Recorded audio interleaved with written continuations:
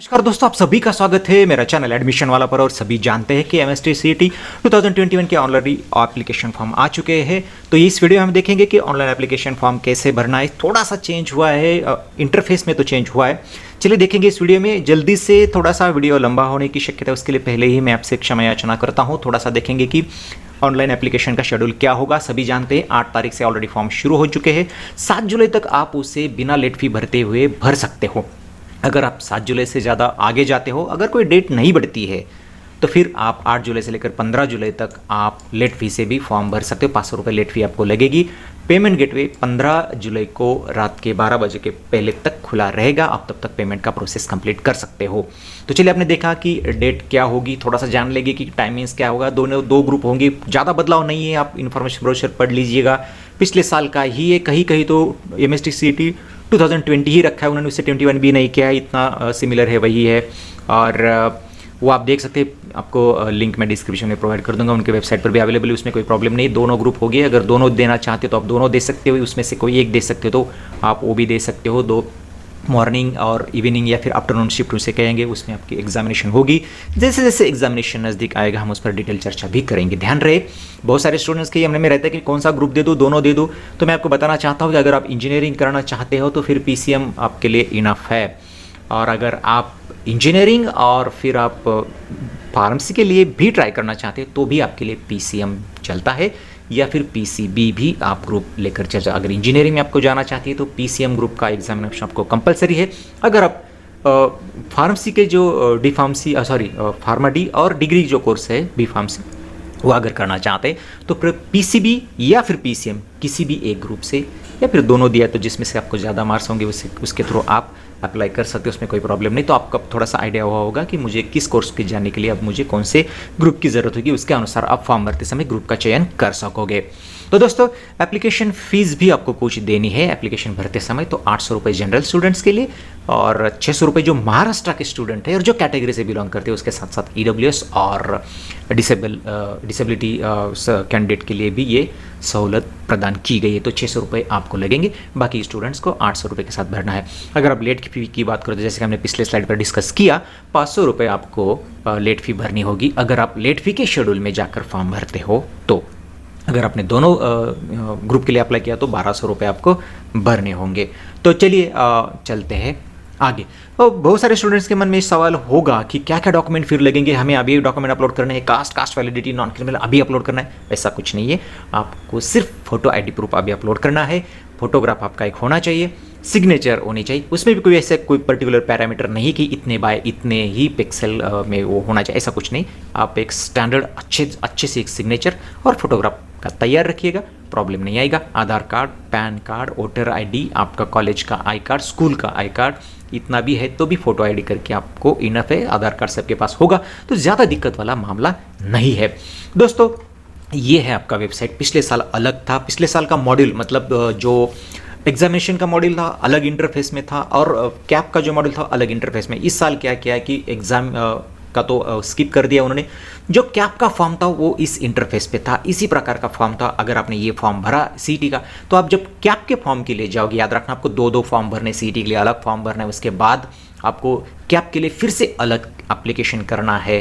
तो दोनों अलग अलग एप्लीकेशन है और इंटरफेस अभी इस साल उन्होंने सेम रखा है। तो अगर ये आपने फॉर्म भरा तो आपको कैप के फॉर्म भरने में ज़्यादा दिक्कत बिल्कुल नहीं होगी, वहाँ पे आसानी आपको होगी क्योंकि आप पहले फैमिलियर है इस पूरे इंटरफेस से। तो ये आपका होम पेज है, यहाँ पर ऊपर आपको लिंक दिख जाएगी, यहाँ पर भी आपको शॉर्ट लिंक मिल जाएगी। यहाँ से भी आप मेनू जिसे हम कहेंगे नोटिफिकेशन यहाँ पे फ्लैश होती रहेगी। डाउनलोड यहाँ से आप कर सकते हो, इन्फॉर्मेशन ब्रोशर यहाँ से अभी भी डाउनलोड आप कर सकते हो। यहाँ पे आप न्यू रजिस्ट्रेशन के लिए जा सकते हो, यहाँ से आप एक बार रजिस्ट्रेशन करने के बाद लॉगिन कर सकते हो। जो भी रिसेंट कुछ अपडेट होंगे यहाँ पर फ्लैश होंगे और बाकी का तो आपको पता है। चलिए, हमारा जो मेन फोकस है फॉर्म भरना है हमें, तो पहले हमें रजिस्ट्रेशन करना पड़ेगा। यहाँ से फिर यहाँ से किसी भी एक लिंक पर आप क्लिक कीजिएगा, जाओगे आगे, एक छोटे से आपको इंस्ट्रक्शंस दिए जाएंगे। यहाँ पे गलती से मुझे लगता है कि एसएबीसी वैसे ही रहा है, आप सभी को पता है कि एसएबीसी अब नहीं होगा, तो यहाँ पे गलती से रहा होगा। आप देख लीजिए जब आप फॉर्म भरने जाओगे उन्होंने रिमूव कर दिया है या फिर वैसे ही अभी तक। बाकी के इंस्ट्रक्शंस आप पढ़ लीजिएगा और एक्सेप्ट एंड प्रोसीड करके आगे जाइएगा। जैसे अब आगे जो पहले हमें, जैसे कि हमने देखा कि पहले हमें पर्सनल डिटेल्स डालनी है, पहले हमें रजिस्ट्रेशन करना है, तो उसके लिए हमें पहले हमारी पर्सनल डिटेल्स इंसर्ट करनी है।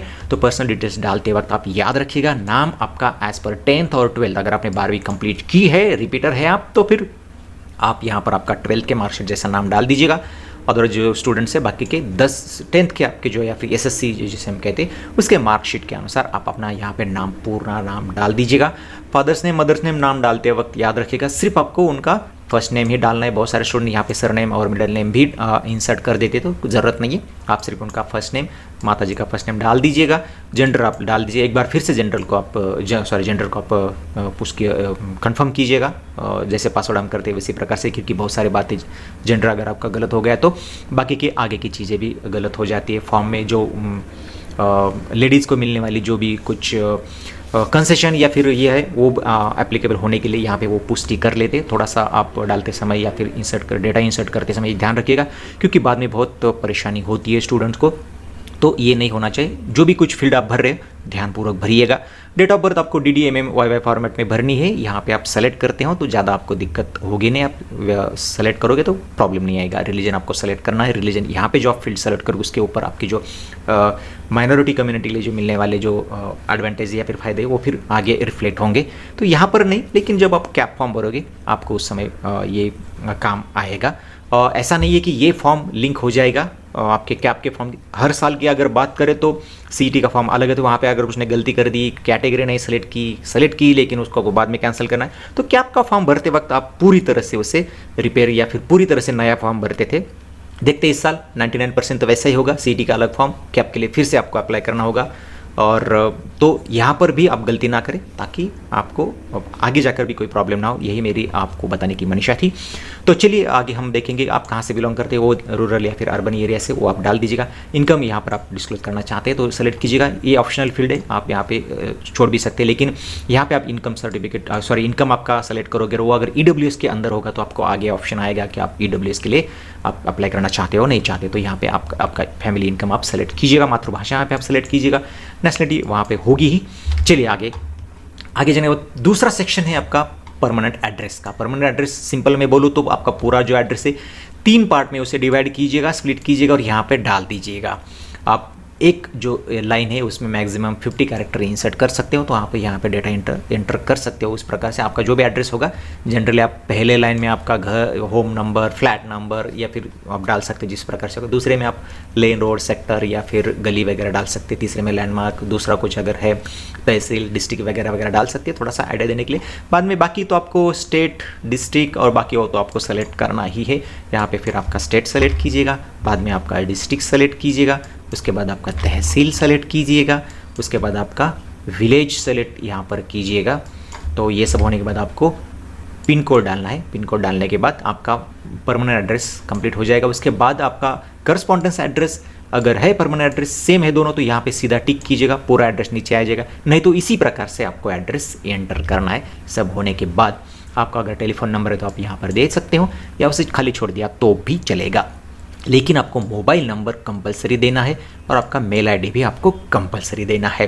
तो मोबाइल नंबर एटलीस्ट एग्जाम खत्म होने तक, रिजल्ट लगने तक आपका वो काम करेगा। ऐसा मोबाइल दे, क्योंकि उस पर बार बार आप OTP आते रहेंगे, कुछ आपको अगर पासवर्ड भी रिट्राई करना है तो भी वो लगेगा। तो मोबाइल नंबर आपका इंपॉर्टेंट है, उसे आप ध्यानपूर्वक दे दीजिएगा। उसके बाद आपको एक पासवर्ड क्रिएट करना है दोस्तों। पासवर्ड आपका होना चाहिए 8 से लेकर 13 कैरेक्टर के बीच में। उसमें एक upper case, lower case, numerical value का यूज़ करना है आपको, और स्पेशल कैरेक्टर ये जो है उसका भी आपको इस्तेमाल करना है। और सबका मिला के एक अच्छा सा सुंदर सा पासवर्ड तैयार कीजिएगा जो आप ध्यान रख सके, याद रख सके। और फिर ये सब करने के बाद उसे एक बार यहाँ पे डाल दीजिएगा, उसे फिर से पुष्टि कीजिएगा और फिर सेव एंड प्रोसीड करके आप जाइएगा आगे जाने के बाद फिर आपके जो मोबाइल नंबर आपने वहाँ पे डाला था उस पर आ जाएगा OTP। ये इस प्रकार का OTP रहेगा, आप उस OTP को यहाँ पे इंसर्ट कीजिएगा और फिर वेरीफाई कीजिएगा। अगर आपको नहीं आया OTP तो रिसेंट OTP भी आप कर सकते हो और दोबारा उसे पा सकते हो। एक स्टेप वेरिफिकेशन कंप्लीट होने के बाद डायरेक्टली आपको एप्लीकेशन नंबर आपके स्क्रीन पर दिखाई देगा। ये डमी एप्लीकेशन, इसके लिए स्क्रीन पर मैं आपको दिखा रहा हूँ, आपको किसी और को दिखाने की एप्लीकेशन नंबर ज़रूरत नहीं है, आप उसे आपके पास ही रखिएगा। आपको मैसेज के थ्रू भी बताया जाएगा कि आपका ये एप्लीकेशन क्रिएट हो गया है। सक्सेसफुली और आप आगे का फॉर्म भरने के लिए यहाँ पे क्लिक करोगे। अगले स्क्रीन पर जाओगे तो वहाँ पे आपको आपका एप्लीकेशन नंबर जो अभी आया था स्क्रीन पर वो डालना है। आपने जो 8 से लेकर 13 कैरेक्टर के बीच में जो पासवर्ड क्रिएट किया था उसे यहाँ पर डालना है, साइन इन करके जाइएगा आगे। जब आप आगे जाओगे तो ये आपका डैशबोर्ड होगा अंदर का। यहाँ पर आप अपने देख सकते हैं, यहाँ पे एप्लीकेशन फॉर्म के सब मेनूज है, यहाँ पे लिंक है, आप वहाँ पे जाकर आपका फॉर्म एडिट या फिर ये कर सकते हो। आप पेमेंट हिस्ट्री यहाँ से चेक कर सकते हो। यहाँ पे एप्लीकेशन कंप्लीट होने के बाद प्रिंट उसका निकाल सकते हो। 9 स्टेप में आपका फॉर्म स्प्लिट किया है। आपको पहला स्टेप तो हमने रजिस्ट्रेशन का कंप्लीट कर दिया है। अब बाकी के स्टेप बाय स्टेप हम देखेंगे कि उसे कंप्लीट करना है। डैशबोर्ड पर जैसे जैसे आप कंप्लीट करते जाओगे यहाँ पर उसका स्टेटस आपको कंप्लीटेड दिखाई देगा। उसके बाद नीचे आपको डॉक्यूमेंट, कितने डॉक्यूमेंट अपलोड करने हैं फॉर्म भरने के बाद दिखाई देगा। उसमें से आपने कितने किए हैं, कितने पेंडिंग है, उसका भी स्टैटिक इन्फॉर्मेशन आपको देगा वो। और यहाँ पर आप देख सकते हो कि हमारा क्या क्या पेंडिंग है। तो एक ही डॉक्यूमेंट है, ज़्यादा दिक्कत वाला काम नहीं, एक ही डॉक्यूमेंट दिखाई देगा। एक डॉक्यूमेंट आपने अपलोड कर दिया, काम हो जाएगा। यहाँ पर आप क्लिक करके जाइएगा आगे। जैसे आप आगे जाओगे तो पहले हमें डोमिसाइल का स्टेटस आप देना है। अगर आप डोमिसाइल इन महाराष्ट्र हो तो फिर आप यहाँ पे सेलेक्ट कर सकते हो यस, अदरवाइज आप नो सेलेक्ट कीजिएगा। जैसे आप यस सेलेक्ट करोगे आपके लिए कैटेगरी का टैग खुलेगा, क्योंकि बाहर के स्टेट वालों की जो स्टूडेंट्स है, बाहर के स्टेट के जो डोमिसाइल इन महाराष्ट्र नहीं है, उनके लिए कैटेगरी का यहाँ पर अलाउ नहीं, वो ऐसे ओपन ही कंसीडर होंगे। वहाँ की कैटेगरी है तो भी बहुत सारे स्टूडेंट्स का ये सवाल रहता है, अगर महाराष्ट्र डोमिसाइल है तो ही कैटेगरी आपको सेलेक्ट करने के लिए मिलेगी। वहाँ पे आप अपनी कैटेगरी सेलेक्ट कीजिएगा। अगर आप कैटेगरी से बिलोंग करते हो तो कैटेगरी सेलेक्ट कीजिए। जैसे आप कैटेगरी सेलेक्ट करोगे आपके लिए पूछेगा कि क्या कास्ट सर्टिफिकेट आपके पास है, कास्ट वैलिडिटी की क्या स्टेटस है। अगर आप वहाँ पे स्टेटस के लिए आपको अवेलेबल है तो अवेलेबल कीजिएगा। अप्लाइड किया लेकिन अभी तक नहीं मिला है तो ऑप्शन आपके लिए अवेलेबल है। आपने अप्लाई नहीं किया तो भी आपको एप्लीकेशन जो भी ऑप्शन है देगा, आप उसे सेलेक्ट करके आगे जा सकते हैं। जैसे आप सेलेक्ट करोगे दूसरा ऑप्शन, मतलब अवेलेबल के सिवाय दूसरा option applied but not received, तो फिर आपके लिए इस प्रकार से आएगा। आपको उसका एप्लीकेशन का नंबर देना है। उसके बाद आपको कब आपने एप्लीकेशन किया है वो वहाँ पे डालना है। कौन से आपने अथॉरिटी को ये सबमिट किया है वो आपको देना है। डिस्ट्रिक्ट वहाँ पे सेलेक्ट करना है और आपका जो नाम है जो आपने अप्लाई किया है उस प्रकार का नाम वहाँ पर आपको डालना है। तो जो भी स्टेटस है आपको यहाँ पर देना है। उसकी रिसिप्ट आपको अपलोड करने की ज़रूरत नहीं पड़ेगी, लेकिन आपको इन्फॉर्मेशन उनको देनी है कि आपने अप्लाई किया है। उसके बाद अगर इसका क्या नॉन क्रिमिनल का क्या स्टेटस है उसी प्रकार से आप कर सकते हो। जहाँ पे ये जो ऑप्शन आए थे ये वाले, ये नॉन क्रिमिनल के भी आपको आएंगे, वो भी आपको अप्रोप्रिएट डेटा सेलेक्ट करना है। अगर आपने अप्लाई किया है तो उसी प्रकार से आपको वहाँ पर डेटा इंसर्ट करना है। यहाँ पे अगर कुछ प्रॉब्लम आता है तो मुझे कमेंट्स में बताइएगा, हम उसे सॉल्व करने की पूरी कोशिश करेंगे। अगर आपने कैटेगरी ओपन सेलेक्ट की तो फिर आपका यहाँ पर इनकम का वो दिखाएगा और फिर आपसे पूछेगा कि क्या आप EWS के लिए इंटरेस्टेड है। अगर यस तो आप करते हैं यस, तो फिर आपको पूछेगा कि आपकी कैटेगरी आप प्रविष्ट वहाँ पे कीजिएगा, आपकी कैटेगरी वहाँ पे डाल दीजिएगा। उसके बाद आपके EWS सर्टिफिकेट का स्टेटस आपको वहाँ पर सेलेक्ट करना है। अगर अवेलेबल है तो यस कीजिएगा, अप्लाइड बट नॉट रिसीव्ड है तो आप वो सेलेक्ट कीजिएगा। जैसे आप एप्लीकेशन आपने सबमिट किया लेकिन मिला नहीं, ऐसा सेलेक्ट करोगे तो बाकी की इन्फॉर्मेशन आपको यहाँ पर भरनी है। कौन सा एप्लीकेशन दिया है, कहाँ पे किया है, और ये बाकी की इन्फॉर्मेशन भी भर दीजिएगा और आगे चलेगा। आगे आपको फिर देना है डिसेबिलिटी का स्टेटस। यहाँ पर यस है तो फिर यस सेलेक्ट कीजिएगा, फिर आपकी डिसेबिलिटी आप सेलेक्ट कीजिएगा। यहाँ पे आप जो सेलेक्ट करोगे उसके अनुसार आपको आगे के ऑप्शंस आपके लिए अवेलेबल होंगे। जो भी जो डिसेबिलिटीज एलिजिबल है, जिस इसके लिए कंसेशन के लिए, वो आपके लिए वहाँ पर एप्लीकेबल होगी। आप अप्रोप्रिएट एप्लीकेशन ऑप्शन आप चूज़ कीजिएगा और आगे जाइएगा। जैसा ये कंप्लीट होगा आपको सेव एंड प्रोसीड पे जाना है। डेटा एक बार देखना है हमने जो किया है एंटर वो करेक्ट है कि नहीं। तीसरा अगला सेक्शन है क्वालिफिकेशन डिटेल्स। हमें क्वालिफिकेशन डिटेल्स डालने पहले SSC यानी 10वीं का हमें स्टेटस देना है।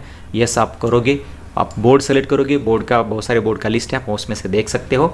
और उसके बाद आपको कब आपने पास किया है उसका ईयर सेलेक्ट करना है, आपके परसेंटेज डालने हैं। जिन लोगों का ग्रेड में मिलता है वो कन्वर्ट करें और अप टू 2 डेसिमल तक उसे डाल दीजिएगा। उसके बाद आपका स्टेट सेलेक्ट करना है, डिस्ट्रिक्ट, उसके बाद उसका तहसील और स्कूल का नाम अपना डाल दीजिएगा।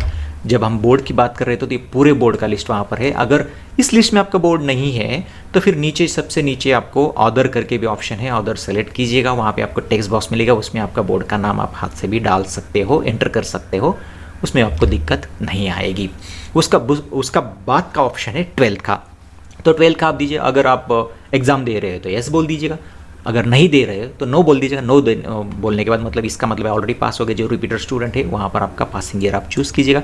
जो एस करेंगे उनके लिए वो पासिंग ईयर नहीं पूछेगा। बाकी का डेटा जैसे कि आपका स्कूल का स्टेट, डिस्ट्रिक्ट, तहसील और स्कूल का नाम उसी प्रकार से जैसे हमने 10वीं के लिए डेटा एंटर किया था उसी प्रकार से एंटर कीजिएगा और आगे चलिएगा। जैसे अब आगे जाओगे तो अब MSTCT एग्जामिनेशन डिटेल्स आपको भरने, जो कि हमने बात की थी शुरुआत में, आपको कौन से ग्रुप की एग्जामिनेशन देनी है, PCB की देनी है, PCM की देनी है या फिर दोनों देनी है। अगर दोनों देनी है तो आप वो ऑप्शन चूज़ कीजिएगा, किसी एक ग्रुप की देनी है तो ये ग्रुप आप चूज़ कर सकते हो, आप पे डिपेंड है क्या करना है। यहाँ पर आप आपके पेपर का लैंग्वेज भी सेलेक्ट कर सकते हो। आप दोनों जगह पे एक ही लैंग्वेज होना चाहिए, मतलब कंफर्म कर रहा है डेटा को, आपने जो सेलेक्ट किया वो कंफर्म कर रहा है, आप उसे कंफर्म कीजिएगा। चाहे तो आप इंग्लिश, मराठी और उर्दू तीनों लैंग्वेज में आपके लिए क्वेश्चन पेपर अवेलेबल होगा। उसके बाद आपको आपके प्रेफरेंसेस चुनने हैं एग्जामिनेशन सेंटर के लिए। तो अगर आप वहाँ पे स्टेट का लिस्ट होगा, जो जो स्टेट में आपका एग्जामिनेशन सेंटर अवेलेबल होगा उतने स्टेट की वहाँ पर लिस्ट है, मतलब इतने स्टेट में एग्जामिनेशन सेंटर अवेलेबल हो सकता है, उतने स्टेट की वहाँ पर आपको उन्होंने लिस्ट दी है। आप स्टेट चूज़ कीजिएगा, उसके बाद आप अपने एग्जामिनेशन सेंटर आपके हिसाब से, आपके चॉइस अनुसार आप उसे चूज़ कर सकते हो, सेलेक्ट कर सकते हो। अगर आप आउटसाइड महाराष्ट्र स्टूडेंट हो तो आपका स्टेट में आपका एक, मुझे लगता है कि हर स्टेट में एक आपका एग्जामिनेशन सेंटर है। अगर बिहार की हम फॉर एग्जांपल बिहार सेलेक्ट करते तो पटना डिफ़ॉल्ट वहाँ पर आ जाएगा, और फिर अगले जो चॉइसेस है आपको महाराष्ट्र के ही देने पड़ेंगे, आपके स्टेट में नहीं है अवेलेबल। तो आप अपने हिसाब से उन्हें चूज़ कर सकते हो। और बहुत बार ऐसा होता है कि पटना कैंसिल हो जाता है और अपने जो दिए हुए ऑप्शन है 2, 3, 4 उसमें से आपको एक एग्जामिनेशन सेंटर मिलता है, ऐसा भी होता है। तो चलिए यहाँ पर आप एक बार होने के बाद 7 प्रोसीड कीजिएगा, यहाँ पर आप क्लिक कीजिएगा और चलिएगा आगे। जैसे अब अगला स्टेप है कि आपको आपका फोटोग्राफ और सिग्नेचर अपलोड करनी है। जैसे कि हमने कहा JPG किसी भी आप इमेज फॉर्मेट में अगर आपके पास है तो आप इजीली उसे अपलोड कर सकते हो, PDF यहाँ पे वो नहीं लेगा। आपको सिंपली यहाँ पर क्लिक करना है और सेलेक्ट करना है आपको क्या अपलोड करना है। पहले हम फोटोग्राफ या फिर सिग्नेचर जो भी आप करना चाहते हो उसे सेलेक्ट कीजिएगा। उसके बाद एक आपको विंडो ओपन होगा, मोबाइल पे भी ये काम करता है, कोई प्रॉब्लम नहीं। ओपन पे क्लिक कीजिएगा, आपको डायलॉग बॉक्स ओपन होगा, वहाँ पे जो फाइल है आप वो सेलेक्ट कीजिएगा। जैसे आप उसे सेलेक्ट करोगे आपके इस सेक्शन में वो दिखाई देगी। दिखाई देने के बाद आप अगर उसे क्रॉप अप करना चाहते हैं, रोटेट करना चाहते हो तो इससे आप रोटेट कर सकते हैं। यहाँ से डायरेक्टली फोटो भी खींच सकते हो आप मोबाइल से कर रहे हो तो, या फिर लैपटॉप से, लेकिन अगर आप इमेज से है तो ज़्यादा बेहतर होगा। यहाँ से रोटेट कर सकते हो, इमेज को घुमा सकते हो आप, इसे क्रॉप कर सकते हो, उसे कट कर सकते हो इमेज को। ये जो येलो वहाँ पे होगा, येलो जो एजेस है उसको आप पकड़ के उसको आप एडजस्ट कर सकते हो ईजिली। एक बार आपका क्रॉपिंग हो गया तो फिर से एक बार क्रॉप पे आपको क्लिक करना है, तो फोटो फिर आपका दिखाई देगा आपके फ्रेम में कितना आपको एडजस्ट हो रहा है। अगर अच्छी तरह से है, आप उसे सेटिस्फाइड है तो अपलोड पे क्लिक कीजिएगा, आपका फ़ोटो अपलोड हो जाएगा, यहाँ पे आपको दिखाई देगा।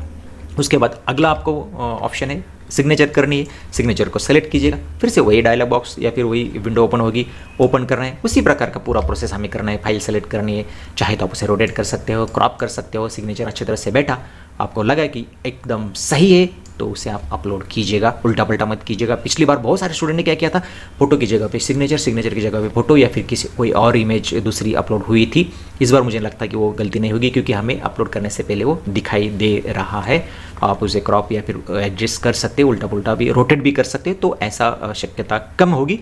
फिर भी आप थोड़ा सा ध्यान दीजिएगा, और जैसे ही ये अपलोड होगा आपको दोनों भी वहाँ पर दिखाई देंगे। ये कल शाम की इमेज है, कल किसी में यहाँ पर टेक्निकल एरर आता था और अपलोड नहीं होता था, लेकिन अब ये एरर आपको नहीं आएगा, तो आप इजीली उसे कर पाओगे। एक बार दोनों अच्छी तरह से आपको अगर सेटिस्फाइड हो आप दोनों इमेजेस से, मतलब छायाचित्र यानी फोटोग्राफ और स्वाक्षरी यानी सिग्नेचर से, तो फिर चलिए आगे 7 प्रोसीड पे क्लिक कीजिएगा और आगे चलिएगा। अगला सेक्शन है कि आपको आइडेंटिटी प्रूफ का डॉक्यूमेंट अपलोड करना है दोस्तों। तो ये आपको आइडेंटिटी प्रूफ का डॉक्यूमेंट, आप ब्राउज़र बदलने की ज़रूरत नहीं होगी, क्योंकि जो आपने जहाँ पे आपने कंटिन्यू किया है उसी से हो जाएगा, कोई प्रॉब्लम नहीं आएगा। PDF या फिर इमेज फॉर्मेट में आप उसे 500 KB के अंदर का फाइल है तो ईजिली उसे आप अपलोड कर सकते हो, उसमें कोई आपको दिक्कत नहीं आएगी। यहाँ पर सिर्फ आपको सेलेक्ट करना है क्या आप अपलोड कर रहे हो। तो पैन कार्ड, जैसे कि हमने कहा, PAN card, passport, driving licence, voter card, bank passbook, photograph के सहित, और उस पर बैंक का स्टैंप है तो बेहतर ही होगा। आधार कार्ड सभी के पास होगा, मुझे लगता है आप उसे अपलोड कर सकते हैं।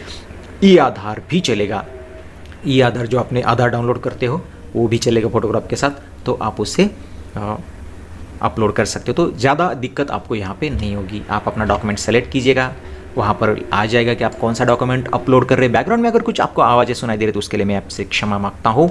अपलोड पे क्लिक कीजिएगा तो अपलोड पे उसी प्रकार का डायलॉग बॉक्स ओपन होगा। यहाँ पर आपको ओपन करना है, यहाँ से फोटो खींच सकते हैं, यहाँ से रोटेट कर सकते हैं, यहाँ से क्रॉप कर सकते हो और यहाँ पे अपलोड कर सकते हो। तो उसी प्रकार से आप ओपन करके सेलेक्ट कीजिएगा, वो आपको आपके स्क्रीन पर दिखाई देगा। आपके अनुसार उसे रोटेट या फिर क्रॉप कीजिएगा, एकदम बेस्ट बैठ रहा है तो फिर इसे अपलोड कीजिएगा और डॉक्यूमेंट अपलोड हो जाएगा। यहाँ पे आप अपना अपलोड किया हुआ डॉक्यूमेंट देख सकते हो।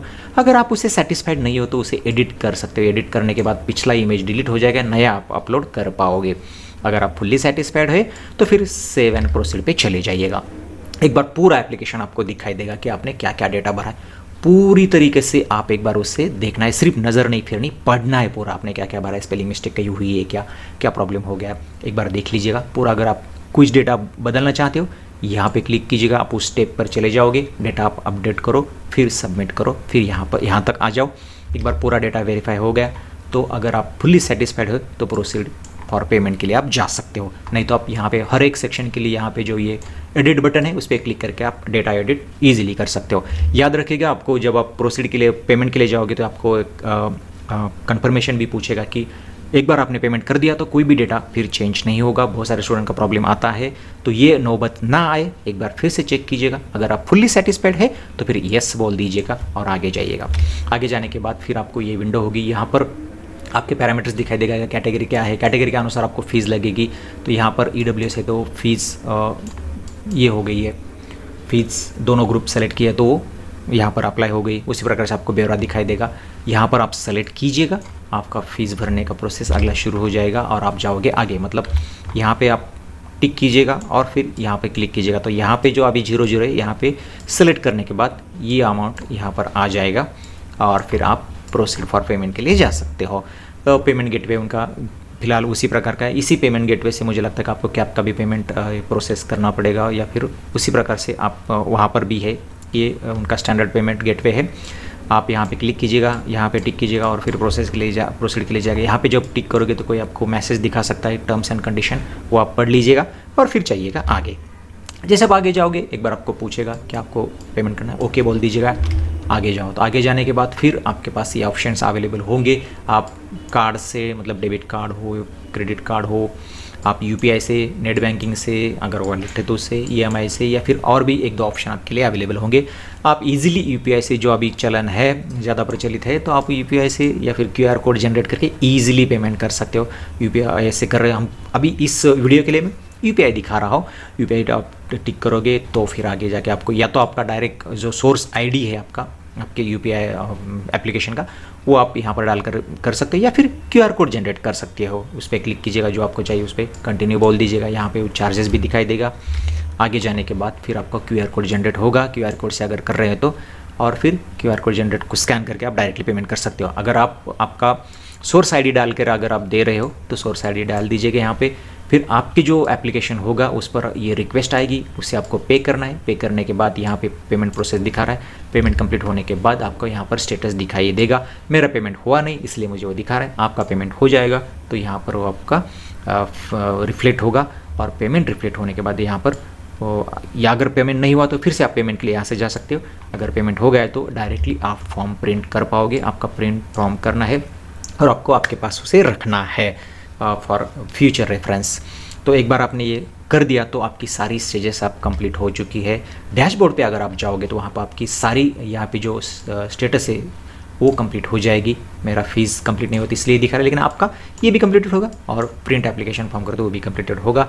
टोटल रिक्वायर्ड डॉक्यूमेंट 1 है, मैंने 1 डॉक्यूमेंट अपलोड किया है तो पेंडिंग 0 है। सब कुछ अभी सही है। एक बार ये सब होने के बाद आपका फॉर्म भर गया है। अगर इस फॉर्म के इस पूरे प्रोसेस में अगर कोई आपको दिक्कत है, कोई प्रॉब्लम है तो पूछिएगा मुझे कमेंट बॉक्स में। मैं ज़रूर कोशिश करूँगा आपके सवालों के जवाब देने की। अगर कुछ इन्फॉर्मेशन चाहिए तो भी आप मुझे सुझाव दे सकते हैं, उस पर भी हम सेपरेट वीडियो के जरिए डिस्कस ज़रूर करेंगे। लंबी वीडियो के लिए मैं फिर से आपको क्षमा याचना करता हूँ।